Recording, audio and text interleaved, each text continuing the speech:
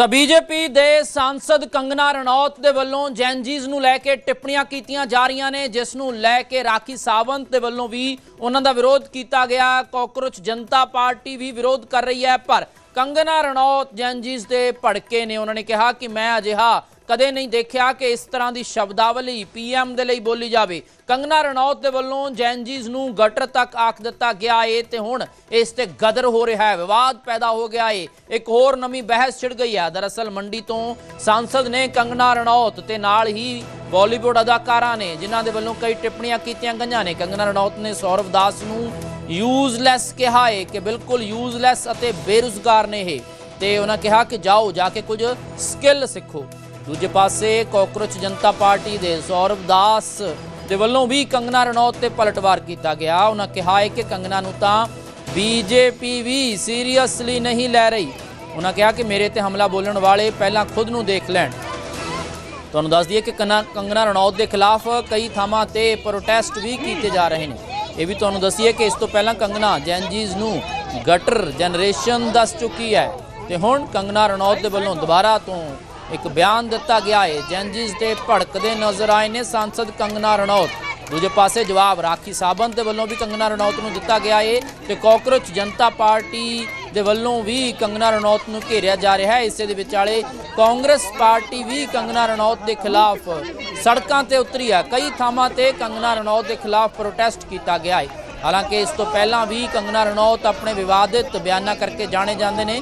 ਕਿਸਾਨ ਅੰਦੋਲਨ ਦੇ ਦੌਰਾਨ ਵੀ ਕੰਗਨਾ ਰਣੌਤ ਦੇ ਵੱਲੋਂ ਕਈ ਇਸ ਤਰ੍ਹਾਂ ਦੇ ਬਿਆਨ ਦਿੱਤੇ ਗਏ ਸੀ, ਜਿਸ ਤੋਂ ਬਾਅਦ ਮਾਣਹਾਨੀ ਦਾ ਮਾਮਲਾ ਵੀ ਉਹਨਾਂ ਤੇ ਦਰਜ ਹੋਇਆ ਸੀ। ਬਠਿੰਡਾ ਦੇ ਵਿੱਚ ਹਾਲੇ ਕੇਸ ਪੈਂਡਿੰਗ ਹੈ ਤੇ ਇੱਕ ਵਾਰ ਜਦੋਂ 에ਅਰਪੋਰਟ ਤੇ ਜਾ ਰਹੇ ਸੀ, ਉਹਨਾਂ ਦੀ ਇੱਕ 에ਅਰਪੋਰਟ ਤੇ ਹੀ ਬਹਿਸ ਹੋ ਗਈ ਸੀ ਤੇ ਇਲਜ਼ਾਮ ਨੇ ਕਿ ਉਹਨਾਂ ਦੇ ਥੱਪੜ ਤੱਕ ਜੜ ਦਿੱਤਾ ਗਿਆ ਸੀ ਇੱਕ ਲੜਕੀ ਦੇ ਵੱਲੋਂ। ਤਾਂ ਹੁਣ ਕੰਗਨਾ ਰਣੌਤ ਇੱਕ ਵਾਰ ਫਿਰ ਵਿਵਾਦਾਂ ਦੇ ਵਿੱਚ ਨੇ ਆਪਣੇ ਬਿਆਨਾਂ ਨੂੰ ਲੈ ਕੇ। अब इनके पार्टी वाले ही ज़्यादा नहीं पूछते हैं, ज़्यादा सीरियसली नहीं लेते हैं उनको, तो हम लोग भी क्यों सीरियसली ले। मुझे नहीं लगता जेन जी में या जेन अल्फ़ा में या कोई भी यंगर जनरेशन में उनको सीरियसली कोई लेता है या उनकी बात सुनता है। वो पॉलिटिशियन है, नेता बन गई है। उनके तो कुछ वीडियोस भी थे जहाँ पे वो हिमाचल में जब अपने सीट में उन्होंने विज़िट किया था तो उन्होंने बोला था कि मैंने सोचा था कि थोड़ा बहुत ही काम करना पड़ेगा, यहाँ पे तो इतना ज़्यादा काम करना पड़ता है एमपी बन के।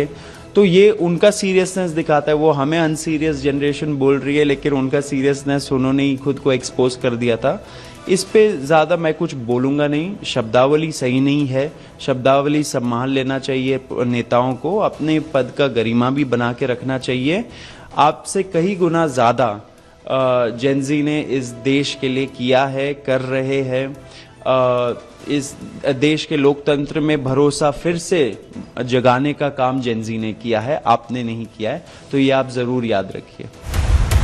मैं इस शख्स ने गूगल किया है, 28 साल का है। ਇਹ ਕਿਵੇਂ ਵਿਦਿਆਰਥੀ ਹੋਣ ਦਾ ਦਾਅਵਾ ਕਰ ਰਿਹਾ, ਮੈਨੂੰ ਇਸ ਦਾ ਕੋਈ ਅੰਦਾਜ਼ਾ ਨਹੀਂ। ਹਾਂ, ਮੈਂ ਪਿਛਲੇ 2 ਸਾਲਾਂ ਤੋਂ ਰਾਜਨੀਤੀ ਦੇ ਵਿੱਚ ਹਾਂ, ਪਰ ਮੈਂ ਪਿਛਲੇ 20 ਸਾਲਾਂ ਤੋਂ ਪਬਲਿਕ ਜੀਵਨ ਦੇ ਵਿੱਚ ਹਾਂ। ਇਸ ਉਮਰ ਤੱਕ ਮੇਰੇ ਕੋਲ 2 ਰਾਸ਼ਟਰੀ ਪੁਰਸਕਾਰ ਸਨ। ਇੱਕ ਨਵੇਂ ਸੰਸਦ ਦੇ ਵਜੋਂ ਮੈਂ ਸਾਰੇ ਕੰਮਾਂ ਨੂੰ ਲੈ ਕੇ ਬਹੁਤ ਉਤਸ਼ਾਹਿਤ ਰਹਿੰਦੀ ਹਾਂ, ਕਿਉਂਕਿ ਮੈਂ ਇੱਕ ਫਿਲਮ ਨਿਰਮਾਤਾ, ਕਲਾਕਾਰ, ਸਕਰੀਨ ਰਾਈਟਰ ਤੇ ਐਂਟਰਪ੍ਰੀਨਿਓਰ ਵੀ ਹਾਂ। ਪਰ ਇਸ ਵਰਗਾ ਸ਼ਖਸ ਜੋ ਬਿਲਕੁਲ ਯੂਜ਼ਲੈਸ ਤੇ ਬੇਕਾਰ ਹੈ, ਇਹ ਸਭ ਕੁਝ ਨਹੀਂ ਸਮਝ ਸਕਦਾ। ਉਹ ਕਦੇ ਨਹੀਂ ਸਮਝ ਸਕਦਾ ਕਿ ਕਿਸੇ ਵੀ ਉਮਰ ਦੇ ਵਿੱਚ ਹਰ ਸਮੇਂ ਭਾਰੀ ਡਿਮਾਂਡ ਦੇ ਵਿੱਚ ਰਹਿਣ ਦਾ ਕੀ ਮਤਲਬ ਹੈ। ਪਿਆਰੇ ਸਰ, ਤੁਹਾਡੇ ਮੁੱਦੇ ਨਿੱਜੀ ਨੇ। ਤੁਸੀਂ ਵਿਦਿਆਰਥੀ ਨਹੀਂ ਹੋ, ਤੁਸੀਂ ਸਿਰਫ ਯੂਜ਼ਲੈਸ ਹੋ। ਜਾਓ ਕੁਝ ਸਕਿੱਲ ਸਿੱਖੋ, ਇਹ ਸ਼ੁਰੂਆਤ ਕਰਨ ਦੇ ਲਈ ਸਹੀ ਹੈ। ਇਹ ਨਵੀਂ ਪੀੜ੍ਹੀ ਜੋ ਆਪਣੇ ਆਪ ਨੂੰ ਵੈਸਟਰਨਾਈਜ਼ਡ ਭਾਰਤੀ ਮਹਿਲਾ ਕਹਾਉਂਦੀ ਹੈ, ਮੈਂ ਇਹਨਾਂ ਨੂੰ ਜਨਰੇਸ਼ਨ ਗਟਰ ਕਹਾਂਗੀ।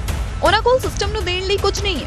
ਉਹ ਪੜ੍ਹਾਈ ਦੇ ਵਿੱਚ ਚੰਗੀਆਂ ਨਹੀਂ ਨੇ, ਉਹ ਇੰਨੀਆਂ ਬਦਸੂਰਤ ਤੇ ਕਰਪਟ ਨੇ, ਉਹ ਘਰ ਬਣਾਉਣ ਵਾਲੀਆਂ ਨਹੀਂ ਨੇ। ਉਹ ਨਸ਼ੇ ਲੈਣ ਦੀ ਆਪਣੀ ਆਜ਼ਾਦੀ ਦਾ ਮਾਣ ਨਾਲ ਦਿਖਾਵਾ ਕਰਦੀਆਂ ਨੇ, ਸ਼ਰਾਬ ਪੀਂਦੀਆਂ ਨੇ, ਅਣਗਿਣਤ ਬੋਡੀ ਕਾਊਂਟਸ ਤੇ ਬੇਸ਼ਰਮੀ ਦੇ ਨਾਲ ਆਪਣੇ ਮਾਪਿਆਂ ਦੇ ਪੈਸੇ ਉਡਾਉਂਦੀਆਂ ਨੇ। ਅਸਲ ਦੇ ਵਿੱਚ ਇੰਡੀਪੈਂਡੈਂਟ ਹੋਏ ਬਿਨਾਂ ਇੰਡੀਪੈਂਡੈਂਟ ਜ਼ਿੰਦਗੀ ਦੇ ਲਈ ਲੜਦੀਆਂ ਨੇ। ਯਾਦ ਦਿਵਾ ਦਿਆਂ ਕਿ ਇੰਡੀਪੈਂਡੈਂਟ ਜ਼ਿੰਦਗੀ ਕਮਾਉਣੀ ਪੈਂਦੀ ਹੈ। ਜੇ ਤੁਸੀਂ ਇੰਡੀਪੈਂਡੈਂਟ ਰਹਿਣਾ ਚਾਹੁੰਦੇ ਹੋ, ਉਹ ਵੀ ਕਿਸੇ ਜਵਾਬਦੇਹੀ ਤੋਂ ਬਿਨਾਂ।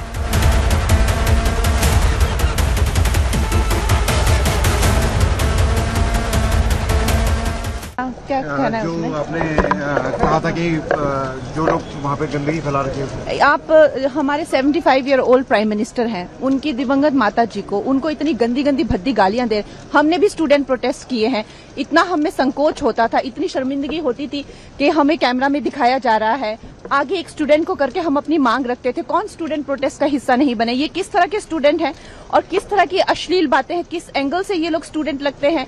आज इनके जो भी आगे चल के सुप्रीम कोर्ट के लॉयर्स होंगे या लॉयर्स होंगे, क्या इनके माँ बाप अफोर्ड कर पाएंगे? इनके खुद की तो हैसियत नहीं है अफोर्ड करने की। और हमें ये अब ट्रोल करे चाहे कुछ भी करे, 16 ईयर ओल्ड से जो है हम अपना करियर बना रहे हैं, माता पिता पर कभी बोझ बनकर नहीं रहे। और जिनके माता पिता बहुत ही कंजर्वेटिव है, हम जानते हैं कि हमारा हिंदुस्तानी समाज कैसा है, उनकी बेटियां ऐसे इतनी गंदी गंदी भाषा में बात कर रही हैं, समाज में उनकी क्या इज्जत रह जाएगी और उनको किस तरह की विपरीत परिस्थितियों का सामना करना पड़ेगा? क्या ये सोचते हैं क्या हम लोग as a society this is not acceptable to us in any way? यहाँ पर वो महिलाओं का अपमान करती है। इससे पहले भी उन्होंने 100 रुपए पर बैठने वाली धरना प्रदर्शन की औरतों को बोला था, जिसके एवज में उन्हें सरेआम थप्पड़ खाना पड़ा था। आज फिर से उन्होंने एक महिला होते हुए बच्चियों का अपमान कर रही है, लगातार इस तरह की अभद्र भाषा का इस्तेमाल कर रही है, जिससे एक महिला और एक बच्ची का सम्मान जो है पूरी तरीके से तार तार कर रही है। मैं समझती हूँ कि आज पूरे देश से उन्हें माफी मांगनी चाहिए, क्योंकि वो खुद 12वीं फेल है और उन्हें पता नहीं है कि वो क्या बोल रही है। और पार्टी की भक्ति करना ठीक है, आप करिए, लेकिन इस देश की बच्चियों के साथ इस तरह की भाषा का इस्तेमाल करना, ये कौन आपसे कह रहा है करने के लिए? आखिर आपने पढ़ाई नहीं की, आप घर से भाग कर जो है गई थी मुंबई, और आपको तो किसी ने ऐसे शब्दों से नहीं नवाजा। बहुत सारी लड़कियां मुझे इंस्टाग्राम पर मैसेजेस सेंड करने लगी, स्क्रीनशॉट सेंड करने लगी, इस बारे में मुझे और सुझाव देने लगी कि मुझे क्या करना चाहिए। तो इस चीज़ का मैंने एविडेंस लेकर साइबर क्राइम पोर्टल पर जैसे ही मुझे पता चला अपलोड कर दिया। उसके दूसरे दिन पुलिस ने मुझे कॉल किया और मैं सारे एविडेंस के साथ तीसरे दिन उनके पास चली गई। सुबह 10:30 बजे से मैं वहीं थी और मैंने उनके साथ बैठा। और ये जो है बहुत ही सेंसिटिव क्राइम है। लोगों को लगता है कि लड़कियों के बारे में अगर वो लड़कियां मेरा फोटो अपलोड कर रही हैं, मेरे बारे में बोल रही हैं कि मैंने उन्हें एक प्रेरणा दी है, तो उन्हें भी गालियां मिल रही हैं, उन्हें भी इतनी गंदी गंदी माँ बहन की और क्या क्या बोल रहे हैं उन्हें। ये हम सब ही जानते हैं, मुझे बोलने की यहाँ ज़रूरत बिल्कुल नहीं है। अगर आप फिर भी चाहते हैं तो मैं आपके साथ वो सब शेयर कर सकती हूँ। तो पुलिस ने बिल्कुल अच्छे से मेरी हेल्प की है। अभी तक वो केस है, वो इंस्टाग्राम से पर्सनली वो बात कर रहे हैं ये सारी इन्फॉर्मेशन निकालने के लिए, क्योंकि अगर हमने ये ढीले में छोड़ दिया तो लोगों को इससे और ज़्यादा प्रोत्साहन मिल जाएगा और हम ये केस एक मिसाल बनाएंगे उन सब के खिलाफ जो लगता है। ये वो लोग हैं जो एक नफरत फैलाने का ऑर्गन जो भाजपा सरकार का है, उसके ये तमाम एलिमेंट्स हैं जो हमेशा जब भी मुंह खोलते हैं देश में एक नफरती माहौल पैदा करने की कोशिश करते हैं। आज भी जो बयान हमने देखा है उसमें भी वो देश के वो स्टूडेंट, वो आम नौजवान जो अपने फ्यूचर को लेकर चिंतित हैं, संघर्ष कर रहे हैं, उनके खिलाफ नफरती शब्दावली का इस्तेमाल उन्होंने किया, जिसको हम कंडेम करते हैं। सो खजवी कैसी है? खजवी क्या देकर मिनिस्टर बन गई तू?